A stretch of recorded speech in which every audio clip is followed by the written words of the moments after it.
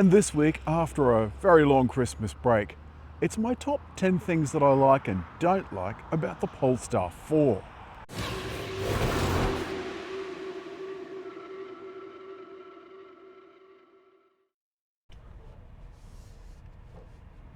Oh God, I'm behind a Corolla.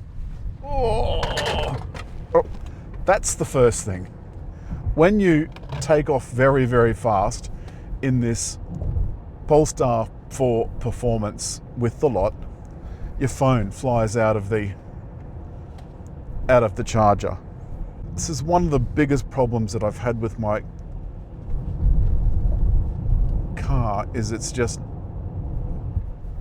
constant problem pairing to CarPlay. You can see I've got to press it again. Okay, there it goes.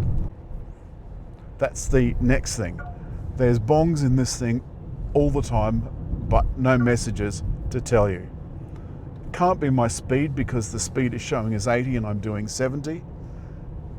I'll just take my phone out of there. Maybe that's what it is. I don't know. It's driving me mad.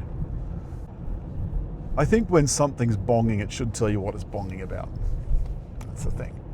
You can see that it is handling the bumps in this road extremely well. I've got the settings in just normal mode for the suspension and steering, and performance mode for the driveline.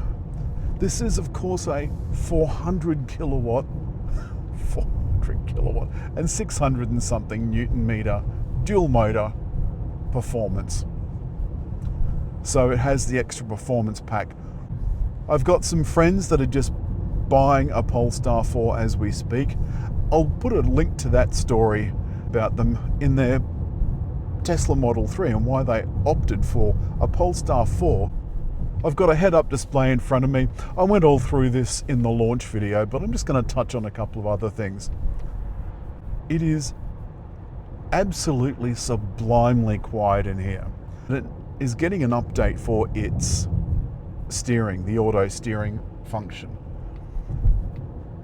which seems to have a mind of its own. The auto steering, if I didn't know better, I'd say it was a P-plate driver. Then we get on to this, the rear view mirror. It's just a normal rear view mirror with the high mount camera monitor, so they're quite common now.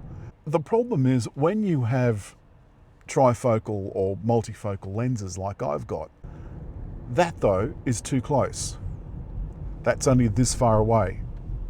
So if I want to focus on the little car that's just pulled up behind me, you can probably see that in that back camera. But for me to see it clearly, I've got to do that. I asked the designers whether or not, because I'd just come out of a Santa Fe and been in the country on a very dusty, dirty, bumpy dirt track, which this car is also likely to be on at some stage. And I had to clean both the reversing camera and this rear view camera because I couldn't see a thing out of them. Now it didn't matter quite so much because in the Santa Fe I could flick it back to mirror and have it on just mirror function and everything would be tickety-boo.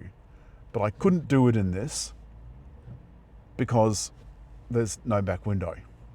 So it had missed it up with the rain that was on, and I had to actually get out and wipe it clean with my finger. So here are a couple of photos. Here's before and after. Now this is a takeoff from 0 to 100.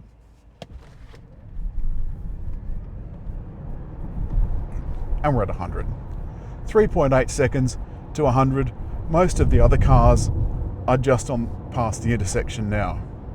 I've always wondered what it looks like from behind when you see a car that goes bzz, takes off.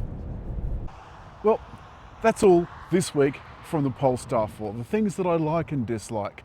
And if you're wondering why the bit outside the car is really short, I'm trying to avoid the storms.